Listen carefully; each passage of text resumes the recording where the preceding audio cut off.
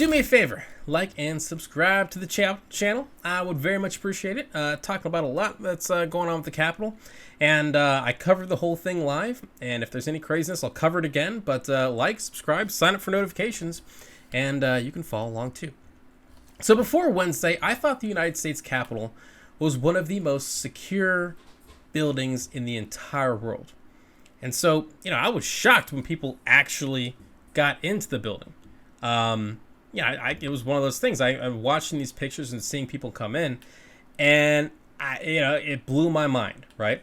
Now, the first thing, I've been trying to figure out exactly why, and I've come up with three main points of why they were able to get into the building, or why they were so successful in actually storming the Capitol. First, I think it became obvious to the officers there that they were going to be overwhelmed. And so their goal for them is to protect Congress, not the Capitol. And so they quickly abandoned the building to protect the members. And so I think that's why you saw a lot of folks, when I was doing the live stream itself, you saw a lot of cops coming in and out. And it seemed like, okay, where are all these cops going? And it seemed like, okay, they're actually going to get members out. And obviously they're sacrificing the building there to protect the Congress members. Another thing that I think has come out about this is that the mob may have actually had a bit of help getting into the building and knowing where to go, right? Really shocked when I got into the House office building and saw these groups inside. And what was so shocking is as you mentioned, visitors aren't allowed in the Capitol complex.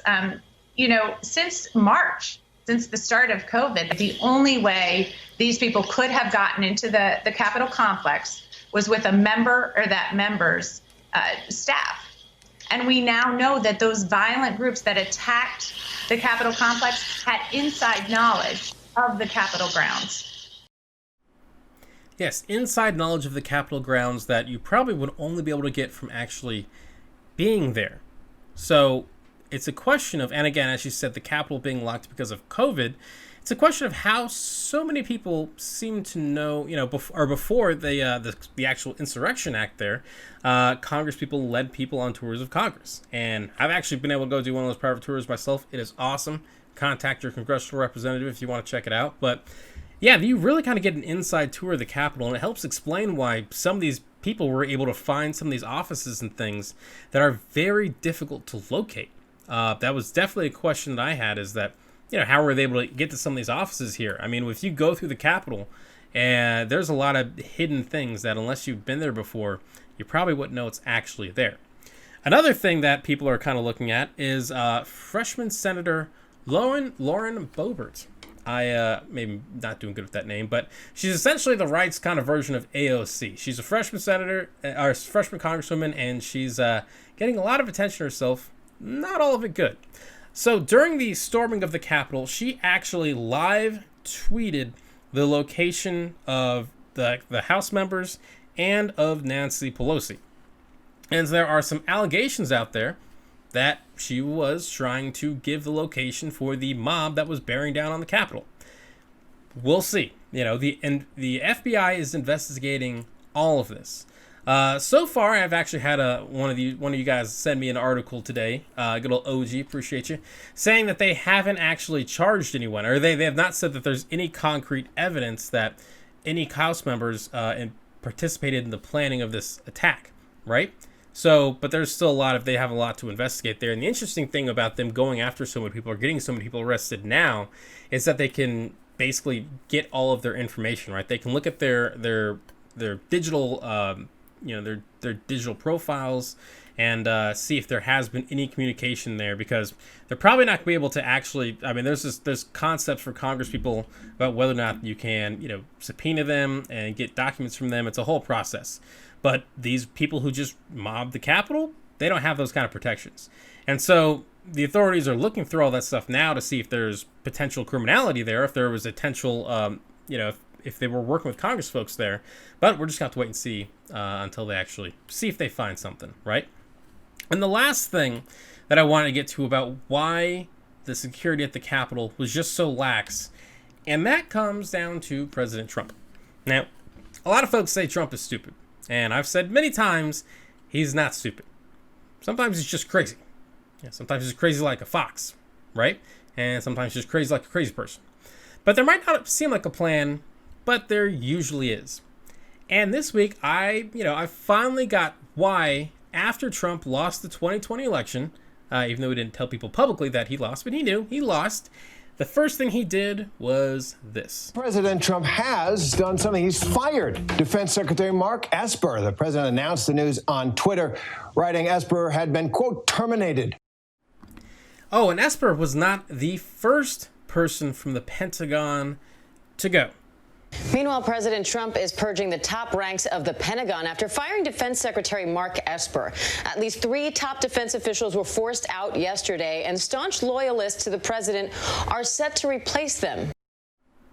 Yes, when Trump's not been making up bullshit about the election, he's been purging people at the Pentagon. Now, at first, I thought this was a move to make it easier to pull troops from overseas, to try to, fulfill campaign promise there. But after seeing what happened at the Capitol, I'm starting to wonder if there was another intent in mind. I got a phone call from House Majority Leader Steny Hoyer, who was calling me saying that he and Speaker Pelosi and Senator Schumer were all together in an undisclosed bunker they've been spirited off to some undisclosed location, that the U.S. Capitol Police was overwhelmed, that there was no federal law enforcement presence, and that the leaders of Congress were pleading with me as the governor of Maryland for assistance from Maryland's National Guard and State Police. However, we were repeatedly denied approval to do so. Under federal law, the mayor of the District of Columbia does not have authority over the Guard, and we must receive approval from the Secretary of Defense before we're able to send our Maryland National Guard across the border.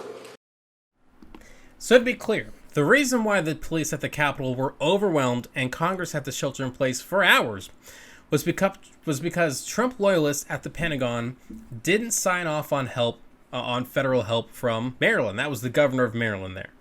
And so that is why it took so long for help to arrive. I mean, I don't know if you've been to D.C., but Maryland is not very far. So they could have been there very quickly, but again, had to wait for hours. And so when we look at these scenes, of people at the Capitol, it's clear why they were essentially screwed. The security was lax. They didn't have, they weren't prepared for sure, but they also had a lot of factors going against them. And again, the police job their main job is not to protect the building, but to protect members of Congress. And luckily, no member of Congress actually passed away, even though they were apparently evacuated from the Senate chamber just 1 minute before it was breached. And to be honest, all of this kind of reminds me of something I saw on NBC News a while back with Trump's former fixer, Michael Cohen. So Donald Trump will do anything and everything within which to win. And I believe that includes manipulating the ballots. I believe that he would even go so far as to start a war in order to prevent himself from being removed. So before, I thought that was just talk, Cohen trying to sell his book or his podcast. But now I'm not so sure. I'm not so sure if that coup attempt was, exactly that, even though that might seem like a hyperbole to some. But Trump will be president for 5 more days now. 5 more days as the commander-in-chief, 5 more days with the nuclear codes, and 5 more days with loyalists at the Pentagon. What could possibly go wrong? But hey, let me know what you think. Leave me a comment, like, and subscribe to the channel. And I want to know what you guys are thinking about with the craziness that's going on at the Capitol. Hey, what's going on, everyone? Thank you so much for watching Citizen Pete. I really appreciate it. If you haven't already, click that little subscribe button, maybe the like button, and hey, maybe just leave a comment. You know, I want to know what you're thinking. What do you think about all the politics, the news, and all the stuff that's going on in our country?